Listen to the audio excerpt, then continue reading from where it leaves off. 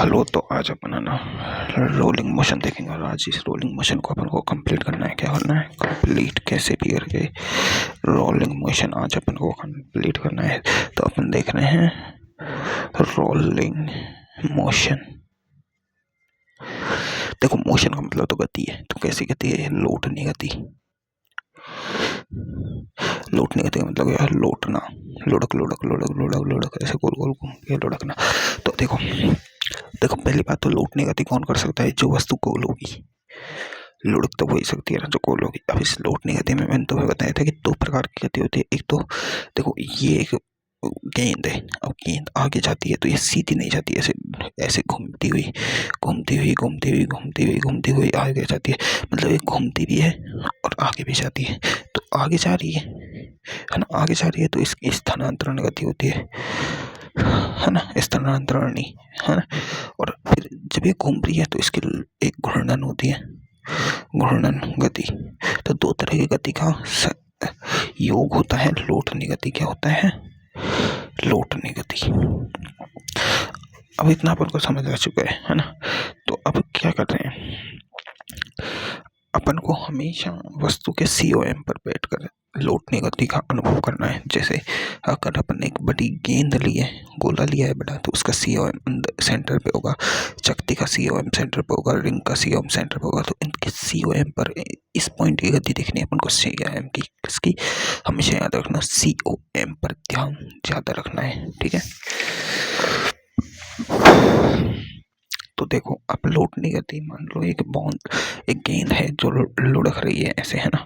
अब ये देखो, ये है, ये ऐसे लुढ़क रहा है। अब भाई लुढ़क जा, ये देखो ऐसे ये अब ये हो रही है। तो ये देखो आगे भी चली और ये घूमा भी, आगे भी चली और घूमा भी। मतलब जब ये आगे चलेगी तो अब देखो इसके COM की गति देखें तो COM तो सिर्फ आगे जा रहा है।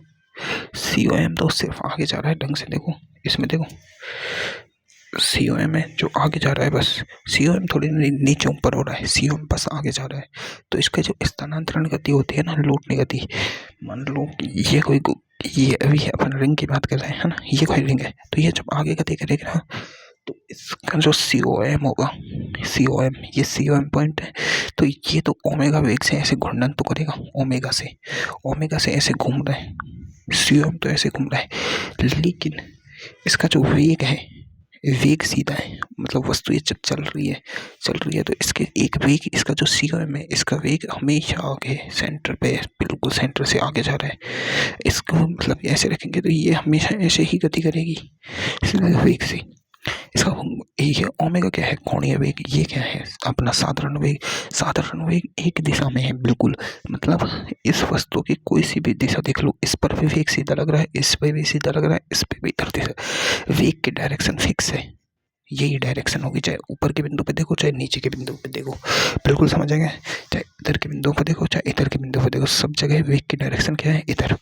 इतना अपन को समझ आ चुका है। लेकिन ओमेगा की डायरेक्शन हर एंगल पर चेंज हो रही है।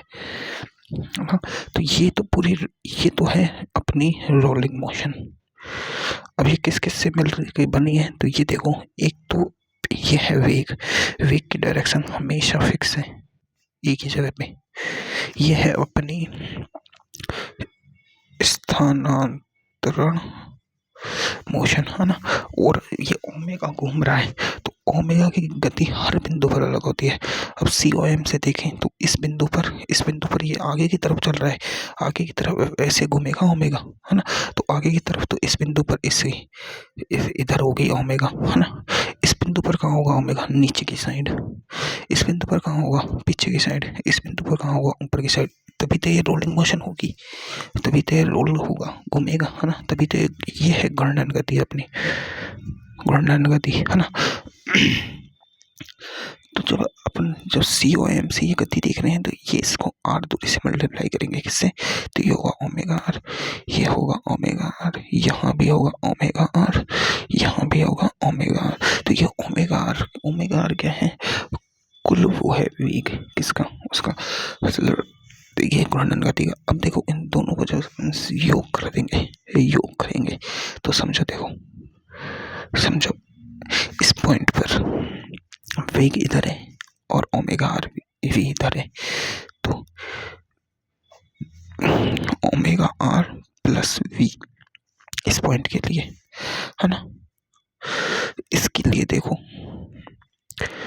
ओमेगा आर इधर है और वी की डायरेक्शन इधर है, तो ये जो नेट आ रहा है ये वी की डायरेक्शन किधर है, इधर, दोनों सदिश है, तो इसका नेट आएगा इधर वी नेट। अब ये वी नेट कितना आ रहा है, ओमेगा आर का स्क्वायर प्लस वी का स्क्वायर का रूट आ जाएगा। इस पॉइंट पर ओमेगा आर इधर है और वी इधर है, तो इधर वी नेट आएगा ओमेगा आर। अब देखो किधर जा रही है, गति किधर कर रही है, वस्तु वस्तु आगे की तरफ जा रही है, अपन ने देख लिया आगे की तरफ। जब वस्तु आगे की तरफ जा रही है तो ये कम होगा, ये ज्यादा होगा, तभी तो वस्तु आगे की तरफ जाएगी। तो अपन यहाँ लिखेंगे v minus R, V square minus omega R का स्क्वायर। ये क्यों किया अपन ने, ओमेगा स्क्वायर पहले क्यों नहीं लिखा, पहले क्यों नहीं लिखा भाई, क्यों, क्योंकि स्क्वायर में क्यों आएगा, अपन तो डायरेक्ट वी नेट लिखेंगे ना, वी नेट स्क्वायर थोड़ी ना कर रहे अपन। तो v माइनस ओमेगा आर। अब ये अपन ने ऐसे क्यों लिखा, v में से क्यों घटाया, क्योंकि भाई वस्तु इधर जा रही है, वस्तु इधर जा रही है, तो जो ये इधर जा रही है तो अब इधर का वेग ज्यादा होगा जब तो इधर जाएगी, ये ज्यादा हुआ तो वस्तु पीछे आने लग जाएगी ना भाई, है ना।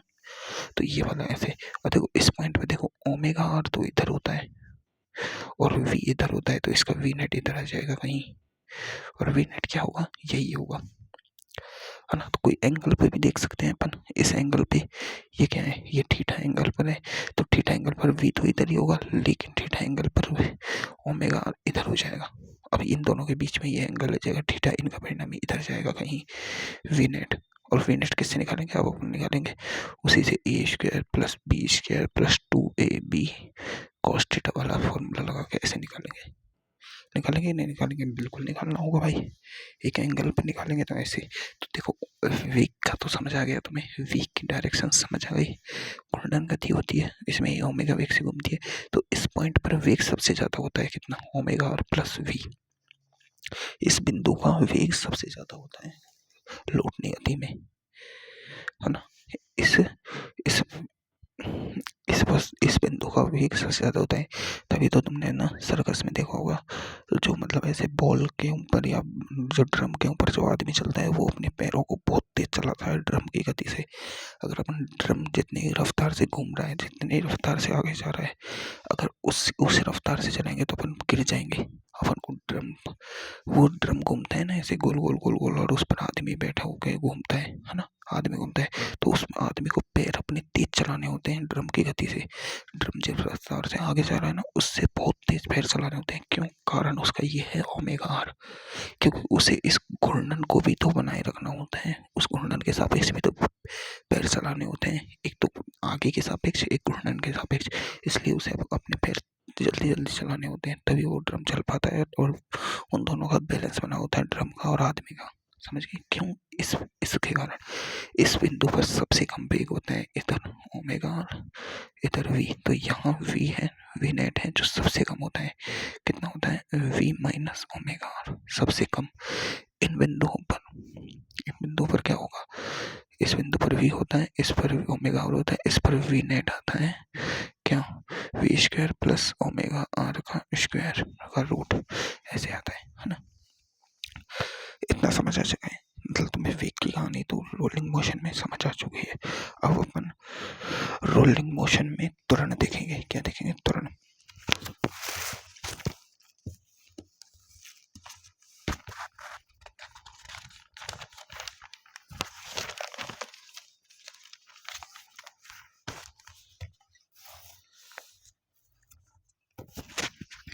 अब देखो अपन ने देखो अपनी जो नॉर्मल साधारण गति वो स्थानांतरण गति होती है, उसमें त्वरण ए होता है, लेकिन अपनी घर्षण गति वो घूर्णन गति होती है उसमें त्वरण अल्फा होता है, और अल्फा ए बराबर होता है आर अल्फा, और अल्फा बराबर होता है ए बाई आर। ये वाले फॉर्मूले अपन को पहले से याद है ना, पहले से याद है ना। तो चलो ठीक है, इतना तो अपन ने कर लिया है। अब अपन को ना देखो एक वही गोला बनाया, अब इसमें देखो ए, अपन को पता है वस्तु सीधी रेखा में गति करेगी, तो उसका जो स्थानांतरण त्वरण है वो भी एक ही दिशा में होगा हमेशा, ए हमेशा हमेशा एक ही दिशा में होगा, लेकिन हर पॉइंट पे जैसे ओमेगा चेंज हो रहा था ऐसे ही अल्फा चेंज होगा। इस पॉइंट पर अल्फा इसकी दिशा में ही होगा, ए प्लस अल्फा हो जाएगा, बिल्कुल हो जाएगा। और अल्फा के साथ आर आएगा, क्यों? क्योंकि आर दूरी पर निकाल रहे हैं अपन, आर दूरी पर निकाल रहे हैं, यहाँ से भी आर दूरी पर निकालेंगे तो ये देखो, अब इसको ये तो ए हो गया, ऐसे ही इसका अल्फा इधर होगा, अल्फा आर इधर होगा, अल्फा आर ऐसे ही इधर होगा, अल्फा आर और इधर होगा अल्फा आर। ये क्या है? कोणीय त्वरण। क्यों अल्फा आर क्यों ले रहे हैं? क्योंकि आर दूरी पर ले रहे हैं ना अपन, लंबवत दूरी आर है ना। तो अब देखो इसका ए नेट कैसे निकालेंगे अपन। इस पॉइंट पर ए नेट क्या है? देखो ए भी इस दिशा में, अल्फा आर भी इस दिशा में, तो इधर ए नेट आएगा अपना ए प्लस अल्फा आर आ गया। इस बिंदु का ए नेट क्या आएगा? इस बिंदु पे देखो इधर तो वो होता है और इधर वो होता है, तो इस बिंदु का ए नेट आएगा, इधर तो क्या होगा अल्फा आर और इधर ए लगेगा, तो ए नेट आएगा ए माइनस अल्फा आर। और इस बिंदु का इस डायरेक्शन में और इस बिंदु का इस डायरेक्शन में, इस डायरेक्शन में तो ए होगा, इस डायरेक्शन में अल्फा आर होगा, इस डायरेक्शन में इसका ए नेट आएगा, क्या आएगा? ए स्क्वायर प्लस अल्फा आर का स्क्वायर, है ना। ऐसे ही इस दिशा में तो अल्फा आर होगा, इस दिशा में ए होगा, इस दिशा का एक एंगल आएगा, वो ए नेट आएगा ए स्क्वायर प्लस अल्फा आर का स्क्वायर का रूट। ये सब निकालना सीख लिया। तो देखो वस्तु का त्वरण भी सबसे ज्यादा किस पॉइंट पर होता है? ऊपरी बिंदु पर सबसे ज्यादा त्वरण होता है ए प्लस अल्फा और सबसे कम त्वरण होता है ए माइनस अल्फा। समझ गए? बिल्कुल बिल्कुल समझ आ चुकी होगी ये बातें। चलो अब अपन देखो लौटने गति में, देखो संवेग अपन जो एक वस्तु होती है, वस्तु की जो संवेग होता है उसका द्रव्यमान इंटू उसका वेग v, तो p बराबर होता है mv। ऐसे ही अपन l पढ़ते थे, l लौटने गति में भी उसका संवेग होता था, लौटने गति में, है ना। अब देखो लौटने गति में संवेग ज्ञात करने से पहले अपन इसमें लौटने गति का रेखीय संवेग देख लेते हैं। दो चीजें पढ़ेंगे अपन अब। देखो लौटनी गति का रेखीय संवेग, है ना। देखो लौटनी गति होती है उसमें रेखीय संवेग देखा जाए तो रेखीय संवेग सिर्फ स्थानांतरण गति का होगा। इसका खुद का द्रव्यमान m है और इसकी त्रिज्या r है और ये इसमें ओमेगा से घूम रहा है और इसकी रेडिएशन कितनी है भाई r, और ये सेंटर ऑफ मास का पॉइंट है। अब इसका वेग तो इधर ही होगा, m इसका द्रव्यमान है, बिल्कुल है कि नहीं है ना, है। अब देखो अब इसका COM देखो, इस वस्तु का COM यहाँ है, बिल्कुल है कि नहीं। एक बात बताओ, वस्तु का COM यहाँ है ना। अब समझो अगर इस वस्तु को अपन धरातल के सापेक्ष देखें, है ना, अगर धरातल पर रख के देखें, यहाँ धरातल पर रख दिया तो इसके COM से इसका mg नीचे लगेगा, मतलब इसका द्रव्यमान लगेगा। धरातल पर रख देंगे तो इसका द्रव्यमान लगेगा, बिल्कुल लगेगा, नहीं लगेगा। और इसका वेग क्या होगा? v, धरातल के सापेक्ष, है ना। तो p बराबर इधर आ जाएगा mv। अब देखो अगर इसका सिर्फ COM पर देखो, COM पर, अब देखो COM पर धरातल के सापेक्ष तो ये विवेक से जा रही है, ये वस्तु है। अब देखो धरातल के सापेक्ष तो विवेक से जा रही है, लेकिन इसका COM कहीं भी हिला, देखो इस जगह से देखो COM अभी भी सेंटर में था और सेंटर में ही रहा, तो COM पर कोई भी वेग नहीं लगा।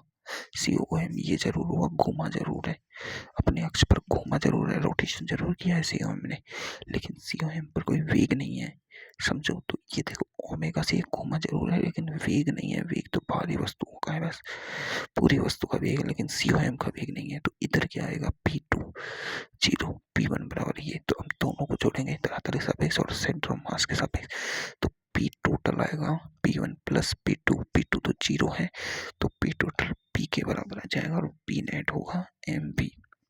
P टोटल क्या होगा? mv। तो लौटने गति में रेखीय संवेग mv ही होता है ना। लेकिन लौटने गति में अब अपन देखेंगे कोणीय संवेग, क्या देखेंगे? कोणीय संवेग। देखो कोणीय संवेग, और ये सब भी निकालना मैंने तुम्हें सिखाया था जब मैंने तुम्हें क्या बताया था कि ये कोई बिंदु है, यहाँ कोई गति कर रहा है, ये अपनी वाई एक्सिस होती है, ये एक्सिस होती है, ये दूरी इसकी आर है और ये इधर एम पी से गति करेगा तो ये इसका थीटा हो जाएगा, ये थीटा हो जाएगा, ये जो एंगल होगा इस एक्सिस, ये एक्सिस ऑफ रोटेशन लेते थे अपन, क्या लेते थे, एक्सिस ऑफ रोटेशन, ये क्या लेते थे, A O R axis of rotation लेते थे और इसमें ये वाला एंगल होता था, क्या हो जाता था, ये वाला हो जाता था एम वी कॉस थीटा और ये वाला एंगल हो जाता था एम वी साइन थीटा। अब देखो एक्सिस ऑफ रोटेशन से लंबवत घटक कौन सा है, एम वी साइन थीटा, तो अपना एक्सिस ऑफ रोटेशन से एम वी साइन थीटा घटक आता था, लंबवत दूरी आर थी तो एल बराबर आ जाता था M V sine theta dot R और इसको अपन लिख सकते थे M we R, M P R, और इसमें भी लंबवत होता था या फिर अपन ले सकते हैं एम वी आर आर लंबवत या फिर M V into R cross में, ये भी लिख सकते थे, तीनों सही है। ये तो एक तो अपन ने ये वाला फॉर्मूला देखा था, इसमें अपन ने देखो ये सी ओ एम है, क्या है सी ओ एम, सी ओ एम का एक्सिस ऑफ रोटेशन के सापेक्ष क्या होता है, एम वी आर, समझ गए, सी ओ एम का एक्सिस ऑफ रोटेशन के सापेक्ष क्या होता है, एम वी आर। तो अब लौटनी गति देखो, लौटनी गति होगी है ना, लौटनी गति में इसका ये एम द्रव्यमान है, ये आर है और ये ओमेगा से घूर्णन कर रही है और वी वेग से चल रहा है इसका, है ना, ओमेगा से तो घूर्णन कर रही है, वी वेग से। अब देखो, अब ये घूर्णन कर रही है, अब घूर्णन कहाँ करेगी, सतह पे करेगी, है ना, कहाँ करेगी, सतह पे, तो अब इसका एक्सिस ऑफ रोटेशन कहाँ माना जाएगा, सेंटर ऑफ मास नहीं, ये सी ओ एम को एक्सिस ऑफ रोटेशन अगर हम अपन मान लें, है ना, अगर अपन मान लें तो सिर्फ और सिर्फ घूर्णन गति आएगी, क्या आएगी, घूर्णन गति, रेखीय गति तो सीधे चली जाएगी ना भाई, तो इसका दो एक्सिस ऑफ रोटेशन होंगे, क्या होगा, एक तो सी ओ एम अक्ष के सापेक्ष किसका आएगा, घूर्णन गति का आएगा, है ना, और एक आएगा रोटेशनल गति का, क्या आएगा, रोटेशनल गति का। अब देखो, अब मेरी बात समझो, अगर अपन एक्सिस ऑफ रोटेशन धरातल के सापेक्ष लें, किसके सापेक्ष, धरातल, तो धरातल क्या है, ये बिंदु है, तो अब इसका एक तो लेंगे धरातल के सापेक्ष, धरातल को क्या कहेंगे अपन, रेखीय गति, रेखीय स्थानांतरण गति, और एक लेंगे अपन सी ओ एम पर, अब सी ओ एम पर क्या लेंगे, एक्सिस ऑफ रोटेशन, क्यों, क्योंकि घूम भी तो रही है भाई, और घूम तो ये एक्सिस ऑफ रोटेशन इसके सापेक्ष ही रही है, लेकिन चल एक्सिस ऑफ रोटेशन धरातल के सापेक्ष रही है, किसके सापेक्ष, धरातल के सापेक्ष। अब मैं देखो तुम्हें दोनों लेके बताता हूँ और नेक्स्ट पेज पे अपन इसको सॉल्व करते हैं अच्छे से।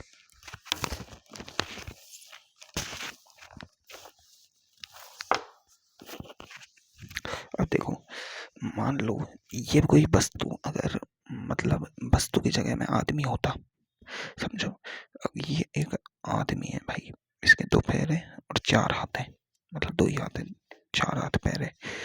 अब देखो ये यहाँ से, ये धरती है भाई, ठीक है, अब ये आदमी पहले यहाँ था, मान लो इसकी इनिशियल पोजीशन ये थी, इस पे था, ठीक है, अभी इसने यहाँ से चलना प्रारंभ किया है, अब चलता चलता चलता ये यहाँ पहुँच गया, अब इसका सी ओ एम यहाँ है, सेंटर ऑफ मास, है ना, तो अब इसने यहाँ से यहाँ तक ये लंबवत एक्सिस ऑफ रोटेशन यही तो हुआ, इसके सापेक्ष ही तो जा रहा है ये आगे, इस अक्ष के सापेक्ष ही तो जा रहा है, यहाँ से इसने स्टार्ट करना हो गया, यहाँ ये खड़ा था पहले, ये है ना, और यहाँ से यहाँ तो ये आर लंबवत है इसके सेंटर ऑफ मास से, क्या है, लंबवत, ये आर दूरी है, और ये क्या है, ये आर है, और ये छोटा आर मान लो, हाँ, ये छोटा आर मान लो, और अब इसका वेग किधर है, वेग तो इधर है, वेग की डायरेक्शन तो फिक्स है, वेग की डायरेक्शन तो फिक्स है, इधर से आ रहा है, तो अब अपन को आर लंबवत चाहिए, तो ये है अपनी आर लंबवत, ये वाली, ये तो आर दूरी है, ये आर लंबवत है, अब इसमें से अपन ये थीटा हो गया, इसका एंगल क्या हो गया, थीटा, है ना, ये चल रहा है, तो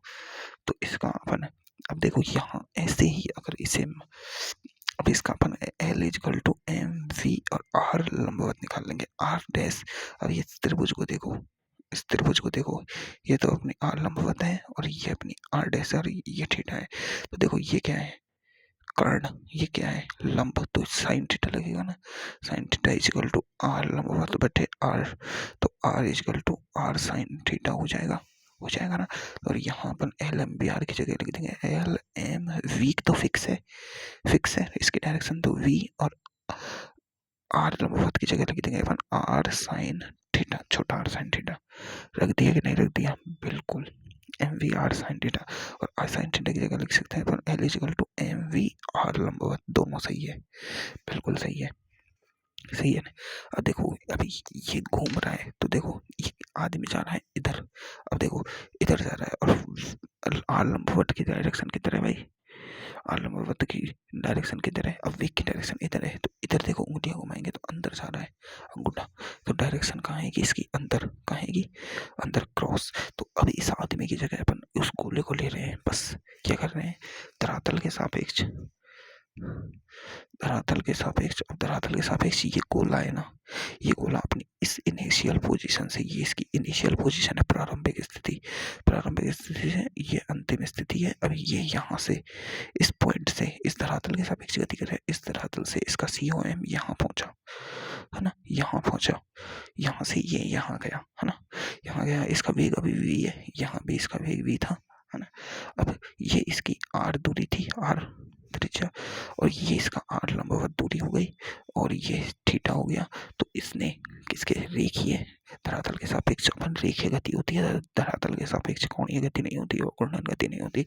तो ये स्थानांतरण गति में इसका जो वो है L कोणीय संवेग क्या है, MVR लंबवत। अब ये आर लंबवत कौन सी है, ये दूरी, ये है आर लंबवत, तो ये है L इजिकल टू MVR लंबवत, आर लंबवत आर है ये अपना आर, और ये आर की जगह अपन क्या लिख सकते हैं, MVR साइन थीटा, दोनों सही है, और इसकी डायरेक्शन कहाँ है, ये तो आ गया अपना, इन दोनों में से दोनों ही सही है। ये आया है अपने धरातल के सापेक्ष। अब समझो एक ये एक चकती है, उसकी बात कर रहे हैं ना अपन, ये रिंग है, ये अपना COM है, इसके सापेक्ष ये ओमेगा वेग से घूम रही है, तो इसके एक्सिस ऑफ रोटेशन के सापेक्ष इसका जो जड़त्वाघूर्ण होता है वो आई क्या होता है, आई की एक, अगर इसका आई होगा कुछ ना कुछ, अगर ये चकती हुई तो 1/2 m² रिंग हुई तो m², गोला हुआ तो 2/5 m², ठोस हुआ पतला हुआ कुछ भी हो सकता है, आई होगा इसका है ना, और इसका द्रव्यमान तो छोड़ो, आई होगा है ना, और ये ओमेगा से घूम रही है। तो एल था अपन ने फॉर्मूला एक और देखा था कोणीय गति में, ये घूर्णन गति के लिए देख रहे हैं अपन, घूर्णन गति। अब देखो L equal to I omega, अब ये देखो ओमेगा किधर से घूम रहा है, इधर से यू घूम रहा है, तो अब उंगलियों को ऐसे घुमाए तो इसकी भी डायरेक्शन अंदर आ रही है, इसकी भी डायरेक्शन कहाँ आ रही है, अंदर अंदर। तो अब देखो L टोटल क्या होगा, L स्थानांतरण का है ना, प्लस L किसका, घूर्णन का। अब घूर्णन का अलग क्यों निकाला है, क्योंकि ये अपनी अक्ष के सापेक्ष घूम भी तो रही है भाई, दो गतियों का संवेग, दो गतियों का वो है ये, तो ये COM के सापेक्ष घूर्णन कर रही है, तो इससे CM पे निकाल रहे हैं। ये धरातल के सापेक्ष आगे बढ़ रही है, तो धरातल के सापेक्ष हमने इसका MVR निकाल लिया, क्या संवेग, कोणीय संवेग है ना।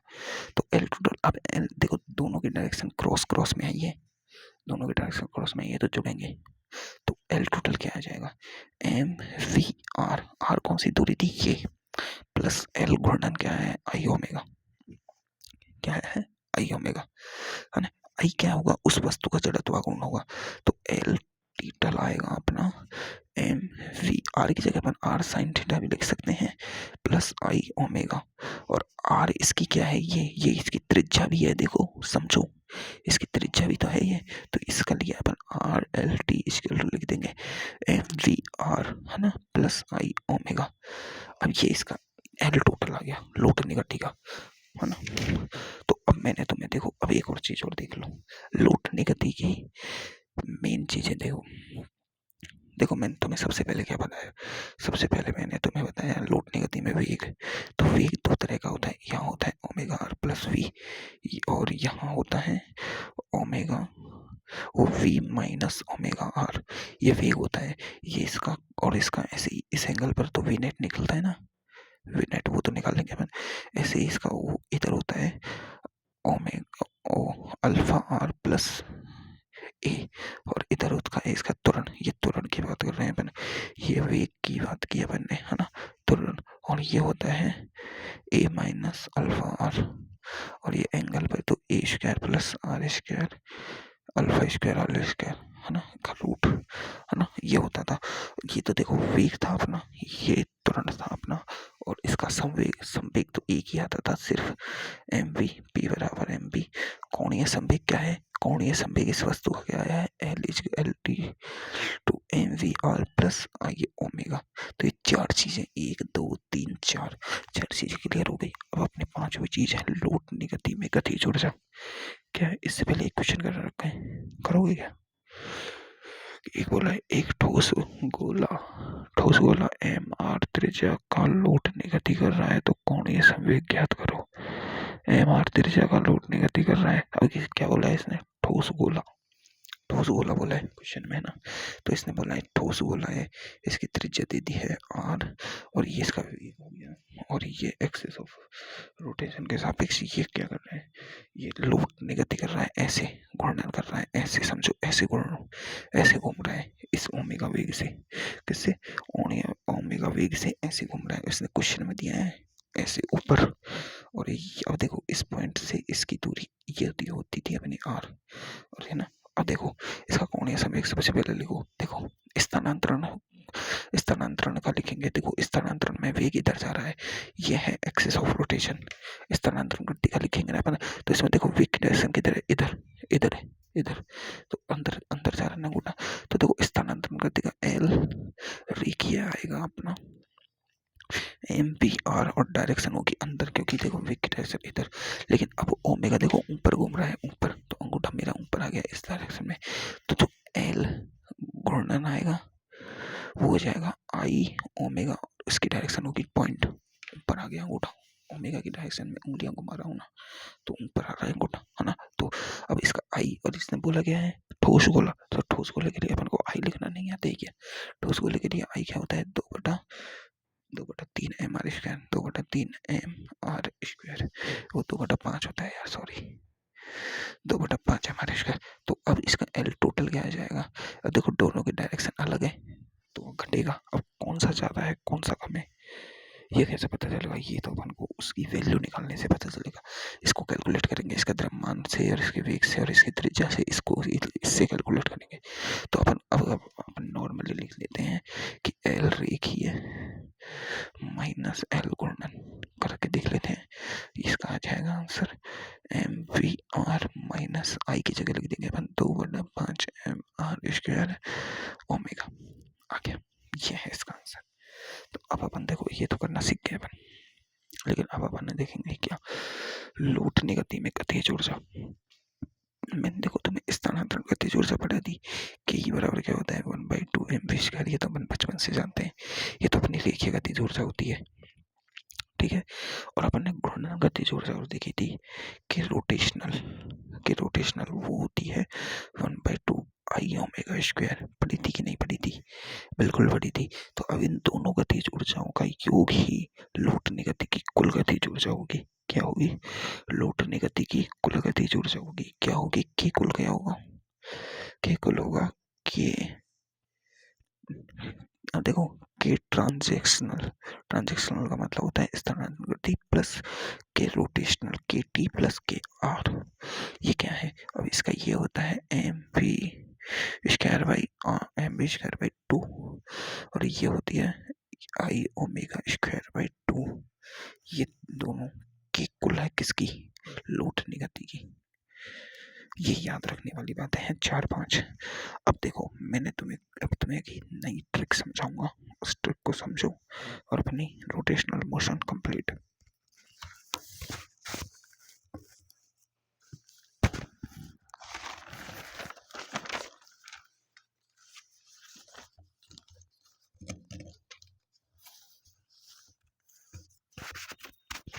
देखो मैंने तुम्हें पहले किसी भी वस्तु की घूर्णन त्रिज्या लिखना सिखाया था। घूर्णन त्रिज्या आई इक्वल टू एम के स्क्वायर सिखाया था, नहीं कि सिखाया था। घूर्णन त्रिज्या के वह दूरी होती है जिसके सापेक्ष, मतलब ये किसी वस्तु है, इसका जड़त्वाघूर्ण इसके ICOM के सापेक्ष इसका जड़त्वाघूर्ण कुछ भी है, आई है इसका जड़त्वाघूर्ण इसके सापेक्ष। तो के दूरी वह दूरी है इसके सापेक्ष, इस अक्ष के सापेक्ष भी इसका जड़त्वाघूर्ण आई होगा। मतलब COM पर जड़त्वाघूर्ण और इस पर जड़त्वाघूर्ण बिल्कुल बराबर होगा। मान लो ये चकती है है ना। चकती है तो चकती का सी ICM कितना होता है, I equal to 1/2 M r² होता है। और इसकी के सापेक्ष इस चकती का जड़त्व गुण I इक्वल टू हो जाएगा M² तो अपन को M² बराबर 1/2 MR² कर देना है। यहाँ से की वैल्यू आ जाएगी अपनी 1/2 का रूट, और ये R² का रूट करेंगे तो R बार आ जाएगा। ये की वैल्यू आ जाती थी, ये अपन पहले ही कर चुके थे, मतलब घूर्णन त्रिज्या निकालना सीखे थे और बिंदु द्रव्यमान का अपन को पता था MR² होता है। बिल्कुल किया था कि नहीं किया था, बिल्कुल। तो अब अपन है ना कुछ कुछ कुछ कुछ कुछ कुछ करेंगे, क्या करेंगे, कुछ करेंगे। तो कुछ क्या करना है वो देखो। अपन ने देखो सबका जड़त्व गुण निकालना सीखा था। सबसे पहले बिंदु द्रव्यमान का जड़त्व गुण क्या देखा था अपन ने, MR² होता है। बिल्कुल बिंदु द्रव्यमान के लिए देख लिया था। घूर्णन त्रिज्या के लिए क्या होता था, M² ये भी देख चुके थे, है ना। तो यहाँ से अगर M² बराबर MR² करें तो की देखो Km से तय की वैल्यू आ जाएगी। की वैल्यू, अरे यार इसको नहीं, M² की वैल्यू क्या आएगी, अरे छोड़ो ना, ये सब क्यों करना, मेन काम करते हैं ना। की वैल्यू निकालना है तो अपन जानते थे। अब मेन काम क्या है, देखो अपन को ये सब चीजें समझो। आई अपन ने वलय के लिए निकाला था, कितना आया था, सेंटर ऑफ मास की बात कर रहा हूँ, MR² आया था कि नहीं था, आया था। आई शक्ति के लिए अपन ने निकाला था, तब क्या आया था, 1/2 MR²। ऐसे ही गोले के लिए कितना, खोखले गोले के लिए, खोखला गोले के लिए आया था 2/3 MR²। और ऐसे ही ठोस गोले का आया था अपना 2/5 MR²। इसमें देखो MR² सब में कॉमन है, सब में कॉमन है। मैं ना कोई मतलब साइंस की बात नहीं बता रहा हूँ, मैं ट्रिक बता रहा हूँ अपनी, ये अपन के द्वारा बनाई हुई ट्रिक है। तो इसमें देखो, अगर एक कांस्टेंट लिया जाए तो ये वैल्यू कांस्टेंट, ये वैल्यू कांस्टेंट, ये वैल्यू कांस्टेंट, ये सब में सेम है। वैल्यू चेंज क्या हो रही है, ये देखो वलय के लिए क्या है 1, है ना। रिंग चकती के लिए क्या है 1/2, है ना। खोखला गोला के लिए क्या है 2/3, और ठोस गोले के लिए क्या है, ठोस गोले के लिए क्या है 2/5। ये सब के लिए वैल्यू अलग अलग है, बाकी तो सबके लिए बिंदु द्रव्यमान जैसा ही है, I इक्वल टू MR²। और यहाँ एक वैल्यू C मान लेते हैं अपन इसको। ये C किसका है, वलय का। ये C किसका है, शक्ति का। ये C किसका है, गोले का, खोखले गोले का, खोखले गोले का, या लिखना ही नहीं आता। और ये है ठोस गोले का। इसको 1 लिखें, इसको 1/2 को क्या लिख देंगे 0.5 लिख सकते हैं, बिल्कुल लिख सकते हैं, है ना। इसको 2/3 को क्या लिख देंगे 0.6, इस, है ना। और इसको क्या लिख देंगे 0.4। अब जिसका, अब ये C, अब देखो किसका C ज्यादा है, C सबसे ज्यादा है वलय का, फिर ज्यादा है C खोखले गोले का, फिर C ज्यादा है ठोस नहीं चकती का, और फिर C ज्यादा है ठोस गोले का। समझ गए, ये C की वैल्यू को ध्यान रखना है, समझ गए। अब देखो K और C में संबंध देखो, K और C में संबंध देखो, इसमें K व C में संबंध निकालेंगे अपन।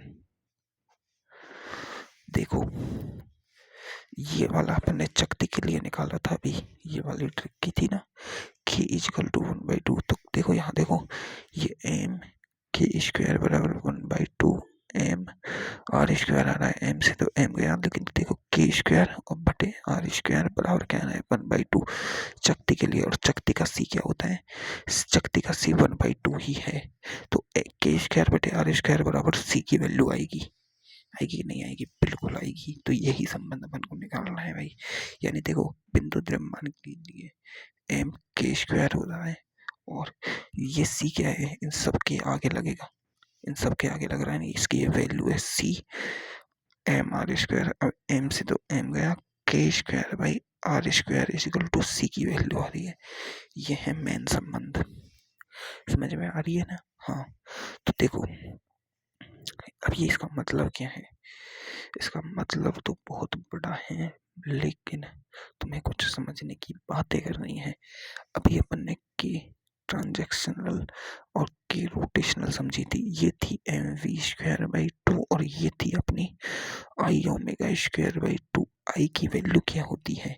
M V square by two बराबर अनुपात ले रहे हैं अपन, अनुपात है ना, अनुपात आई की वैल्यू होती है सी एम आर स्क्वायर। कोई भी वस्तु का सी, खोखले गोले का सी लगा दो 0.6 या 2/3 लगा दो, तो ये खोखले गोले का जड़त्व आगुण हो जाएगा। जिसका सी होगा उसका जड़त्व आगुण हो जाएगा। वलय के लिए सी की वैल्यू 1 लिख दो, वलय का जड़त्व आगुण हो जाएगा उसकी केंद्रीय अक्ष के सापेक्ष, है ना, बाई टू। अब समझो यहाँ से क्या क्या कट रहा है, इससे ये कट रहा है, इससे ये कट रहा है ना? कट रहा है कि नहीं कट रहा है भाई? कट रहा है ना? अब देखो आई ये और ओमेगा स्क्वायर भी तो है, ओमेगा स्क्वायर। तो अब यहाँ बचा क्या? वी स्क्वायर अनुपात सी आर स्क्वायर, और ओमेगा बराबर क्या होता है? वी बाई आर होता है कि नहीं होता? हाँ, तो यहाँ लिख दो we square by are square. होगा कि नहीं होगा?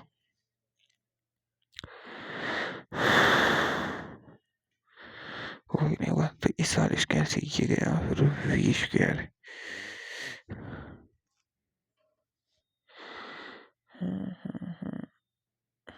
वी स्क्वायर से वी स्क्वायर गया, ये तो सी बचा। मैं क्या कर रहा हूँ, इधर नहीं, थोड़ा। अब देखो ये अपना फॉर्मूला आ गया। अब हमको मेन रेख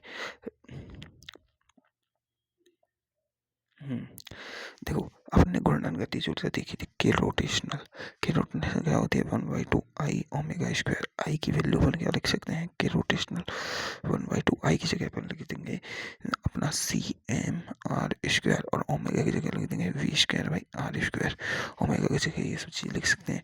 यहाँ से ये चल जाएगा, के रोटेशनल आ जाएगा 1/2 सी एम वी स्क्वायर। आया कि नहीं है? बिल्कुल आ गया। और के ट्रांजेक्शनल क्या थी अपने पास? 1/2 एम वी स्क्वायर। और के टोटल क्या हो जाएगी अपनी? के ट्रांजेक्शनल प्लस के रोटेशनल होती है कि नहीं होती? होती है। तो के टोटल का फॉर्मूला आ जाएगा 1/2 M B square plus 1/2 C M B square. मैंने कोई भी वो क्यों नहीं लगाया? क्योंकि गतिज ऊर्जा अदिश राशि होती है। क्या होती है? अदिश राशि। अब के ट्रांजेक्शनल ये आ जाएगा 1/2 एम वी स्क्वायर, और कोष्टक में 1 प्लस सी, ये कॉमन ले लिया। अब जिसका भी अब के ट्रांजेक्शनल देखो, अब सी की वैल्यू क्या आई है? के स्क्वायर बाई आर स्क्वायर। तो के ट्रांजेक्शनल आ गया अपना 1/2 एम वी स्क्वायर 1 प्लस के स्क्वायर बाई आर स्क्वायर। ये है मेन काइनेटिक एनर्जी का फॉर्मूला। अब इस फॉर्मूले पे अपन को बहुत विचार करना है। क्या करना है? बहुत विचार। समझो ये के किसके लिए है? के क्या है? घूर्णन अक्ष से दूरी, है ना? क्या है? घूर्णन अक्ष से दूरी। और आर क्या है? उसकी त्रिज्या। तो ये है अपनी टोटल गतिज ऊर्जा निकालने का फॉर्मूला। लेकिन अभी समझो, इन दोनों फॉर्मूले को भी याद रखो। इन दोनों का अनुपात पूछा जाता है भाई बहुत बार। अगले पेज पे देखो, ये जितने भी क्वेश्चन है सब नीट में आए हुए हैं।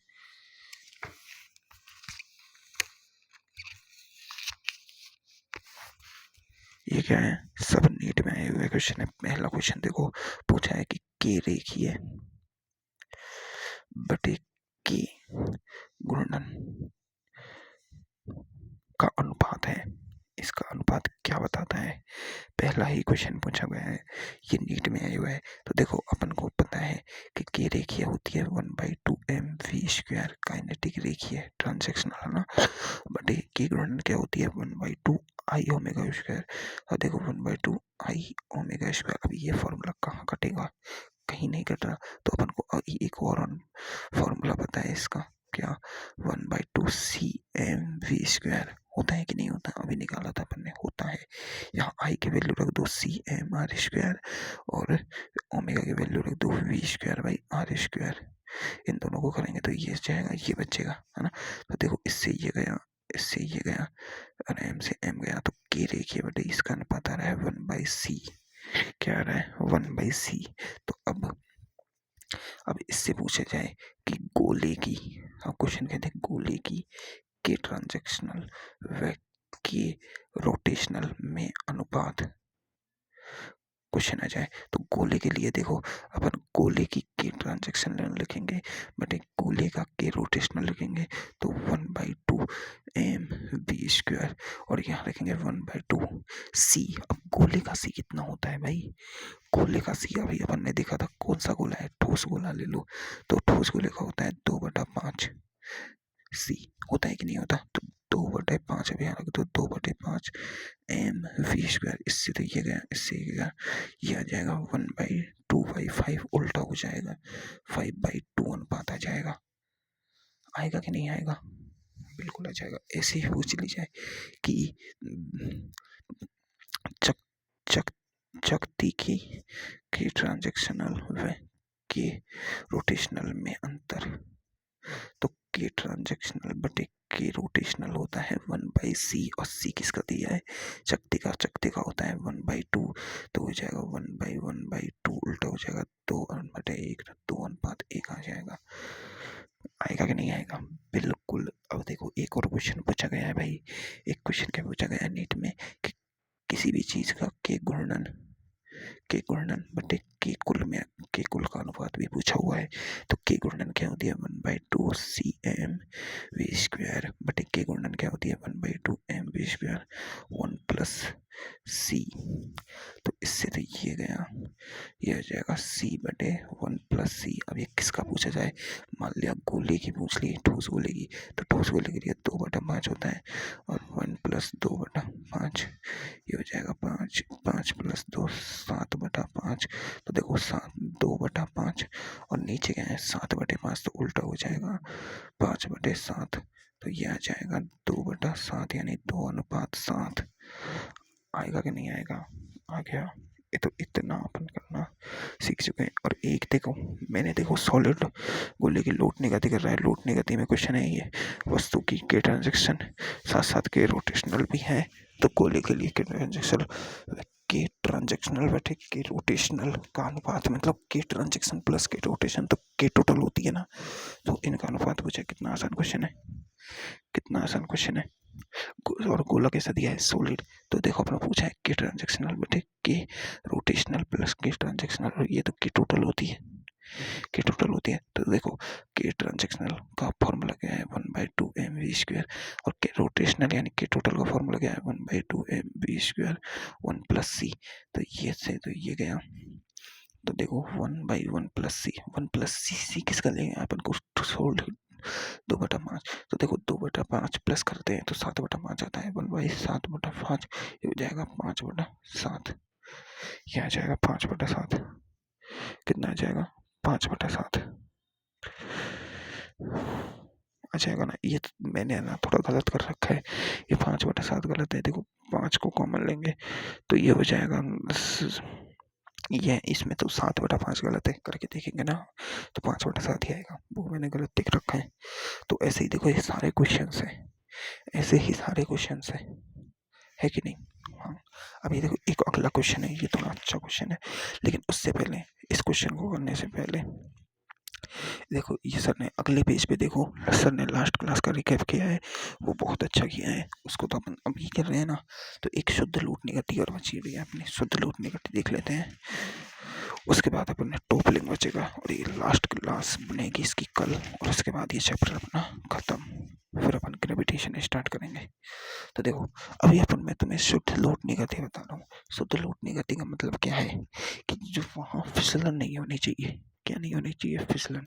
जैसे कोई ये बॉल है, बॉल जब ये बॉल शुद्ध लौटने गति करेगी, मतलब लौटने गति करेगी, एक तो लौटने गति कर रही है, शुद्ध लौटने गति का मतलब है कि वो जितना आगे बढ़ रही है उतना ही वो घूमे, उतना ही वो घूमे, मतलब घूमना और उसका आगे बढ़ना वो बिल्कुल बराबर होना चाहिए। यानी इस सतह पर, इस जो सतह है ना, ये शुद्ध लौटनी गति है। इस सतह पर इस पे देखो ओमेगा आर इधर लगेगा और इसका वी इधर होगा, तो इस सतह पर ये वेग वी नेट है, ये जीरो होना चाहिए। मतलब ये घर्षण नहीं होना चाहिए, ये रुक रुक के नहीं, मतलब ऐसे फिसल फिसल के नहीं घूमनी चाहिए, पूरी तरह घूमते हुए गति करनी चाहिए। मतलब क्या होना है, प्योर रोलिंग का मतलब है कि सतह तथा ऑब्जेक्ट के मध्य कोई स्लिपिंग नहीं होनी चाहिए। मतलब इस बिंदु का वेग, इस बिंदु का वेग, इस बिंदु का वेग बिल्कुल जीरो होना चाहिए। मतलब ये तो गोला है, इसका बिंदु ए मान लो और ये सतह है बी, इन ए और बी यानी वी ए बराबर वी होना चाहिए। समझ गए? मतलब ये जो वी नेट है ना वो जीरो होना चाहिए, मतलब ओमेगा आर बराबर होना चाहिए वी के। ये होती है शुद्ध लौटनी गति। क्या होती है? शुद्ध लौटनी गति। प्योर रोलिंग में वी बराबर ओमेगा आर होता है। ठीक है, प्योर रोलिंग में वी बराबर ओमेगा आर होता है।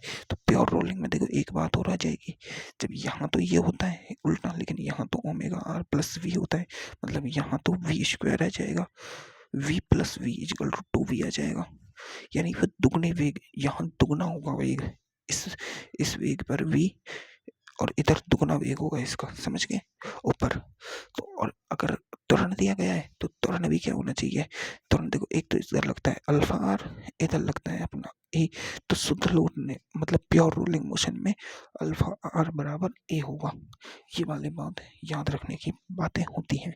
प्योर रोलिंग में मतलब घर्षण नहीं होता है, फ्रिक्शन नहीं होता है। अब प्योर रोलिंग हो रही है, प्योर रोलिंग हो रही है, तो इस पर किसी एक बिंदु का अपन वेग निकाल के देख लेते हैं। हाँ,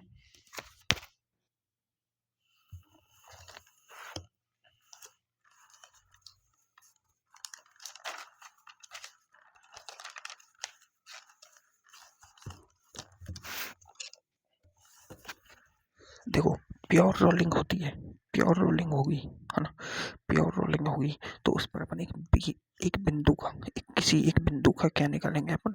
वेग निकालेंगे। क्या निकालेंगे? वेग किसी एक एक्सटर्नल पॉइंट का। देखो ये क्या है? ये वस्तु है, ये प्योर रोलिंग कर रही है ना, प्योर रोलिंग कर रही है। तो अपन ने इस वस्तु का, देखो अपन को पता है कि इस जगह पे इसका वेग क्या होगा, इस जगह पे ओमेगा आर प्लस वी। अब प्योर रोलिंग है तो ओमेगा आर बराबर क्या होगा? वी। तो यहाँ जाएगा टू वी या फिर टू ओमेगा आर, कुछ भी कह सकते हैं। यहाँ पर क्या होगा?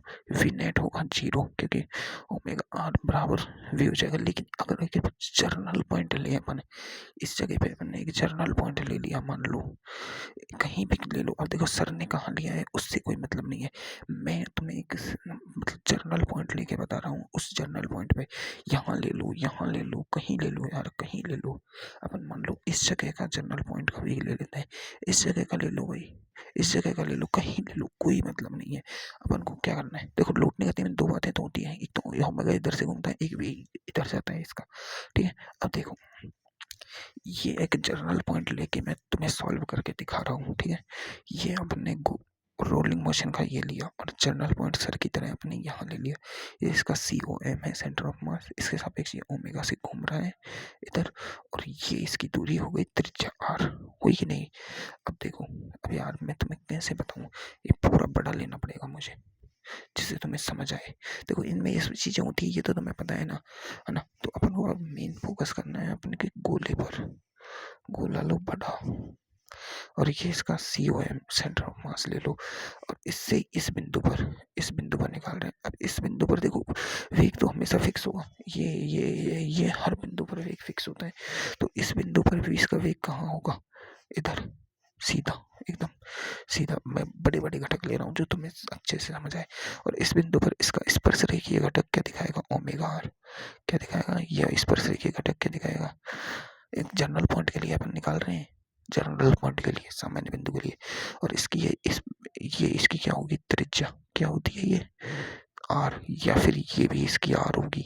ये भी तो इसी पॉइंट से आ रहे हैं, ये हर जगह पे आ रहे हैं। लेकिन ये वाली दूरी देखो, ये ये एक अभिलंब खींच दिया मैंने, तो ये कौन? थीटा हो गया, हो गया। इस घटक को छोड़ दो, इसको छोड़ो। ये इसकी रेडियस है, ये इसका वेग है, ये इसका ओमेगा आर है, कोई दिक्कत है?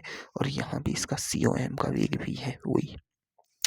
ठीक है, अब ये घटक, अब देखो ये घटक चाहे थीटा मान लो, तो ये घटक 90 माइनस थीटा हुआ, क्योंकि त्रिभुज के तीनों कोणों का योग 180 होगा। ये थीटा मानेंगे तो ये 90 है, तो ये 90 माइनस थीटा होगा। मतलब कोई सा भी एंगल होगा वो कहीं ना कहीं थीटा तो देखा ही भाई।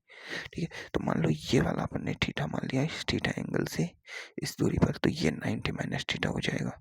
हो जाएगा कि नहीं हो जाएगा? बिल्कुल हो जाएगा। बिल्कुल होगा कि नहीं होगा भाई साहब? बिल्कुल होगा। अब ये देखो, हमेशा जो ओमेगा आर है वो लंबवत घटक होता है। यहाँ देखो ये लंबवत, यहाँ देखो ये लंबवत, इस पॉइंट पर ओमेगा आर इधर लगता है, यहाँ लंबवत, तो इस पॉइंट पर लगेगा ओमेगा आर, तो ये भी तो लंबवत लग रहा है। तो ये घटक है, तो ये तो लंबवत है भाई टोटल। ये घटक लंबवत है ना? हर पॉइंट पर लंबवत है। समझो मेरी बातों को, समझो, एक एक बात समझो चुपचाप, है ना? हर पॉइंट पर ये लंबवत घटक होगा ओमेगा आर का। अब देखो इन दोनों का टोटल एंगल कितना हो गया, इसको समझो। ये अपना ओमेगा आर है, ये सी ओ एम है, ये वेग है ना? ये ये 90 डिग्री का है, ये 90 माइनस थीटा है। तो देखो ये टोटल कितना हो जाएगा, 90 plus 90 minus theta, 180 minus theta हुआ कि नहीं हुआ? ये टोटल एंगल, ये 180 माइनस थीटा हो गया पूरा एंगल। पूरा एंगल कितना हो गया? 180 माइनस थीटा। अब इस एंगल को समझो, मैं एक एक चीज क्लियर कर रहा हूँ, समझो अच्छे से। ये वी है, ये अपना ओमेगा आर है, ये वी नेट आएगा अपना, और इसका पूरे का एंगल कितना है? 180 माइनस थीटा। जब थीटा अपन यहाँ से ले रहे हैं, कहाँ से ले रहे हैं? यहाँ से। याद रखने की बात है, बिल्कुल याद रखने की बात है, अपन थीटा कहाँ से ले रहे हैं, थीटा हमने क्या माना है, ठीक है? अब तुम कहोगे कि आपने थीटा यहाँ से ही क्यों लिया? क्योंकि इसका भी कारण है भाई।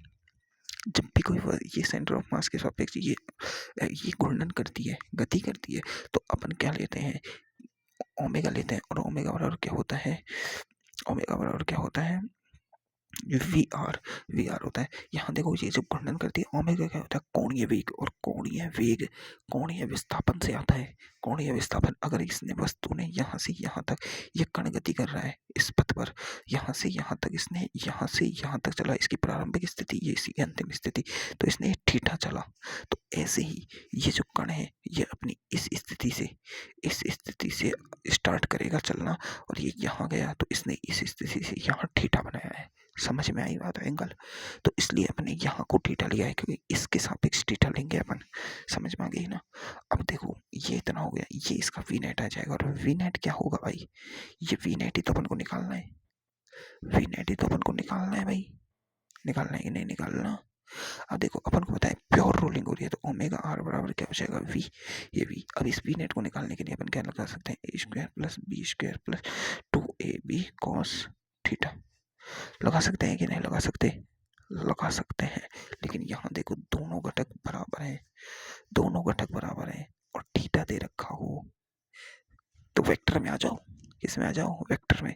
जब दोनों बल बराबर हों, दोनों सदिश बराबर हों, दोनों सदिश बराबर हो, तो उनका जो परिणामी सदिश होता है, जब दो सदिश बराबर हो, दो सदिश बराबर हो, तो उनका जो परिणामी सदिश होता है वो आता है 2v cos theta by 2b cos theta by 2v क्या है? इनका परिणामी घटक। और ये थीटा क्या है? ये एंगल। ये अपन इससे भी निकाल सकते हैं, और ये डायरेक्ट फॉर्मूला है जब दो घटक समान हो। ये मैंने तुम्हें उसमें बताया था यार, देखो ऐसे नहीं होता। अब देखो 2v cos, और थीटा क्या है? 180 माइनस थीटा बाई 2। ये तो मैंने उसमें बताया था, तुम्हें ऐसी चीजें तो याद रखनी होगी। तो देखो अब ये 2 से तो अब इस 2 को इन दोनों से भाग दें, 2v cos।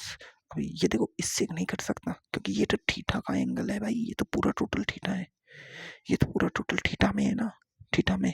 तो इसको देखो इधर 180/2 कर सकते हैं, माइनस थीटा/2 कर सकते हैं, पर अभी भी ये cos थीटा के अंदर है, cos थीटा के अंदर है, थीटा के अंदर है अभी भी। तो ये हो जाएगा 2v cos 90 माइनस थीटा/2। अब देखो अपन लिख सकते हैं 2v cos 90 माइनस cos थीटा/2, है ना? cos 90 की वैल्यू कितनी होती है भाई? cos 90 की वैल्यू कितनी होती है? cos 90 की वैल्यू कितनी होती है भाई? cos 90 की वैल्यू कितनी होती है? नहीं पता क्या?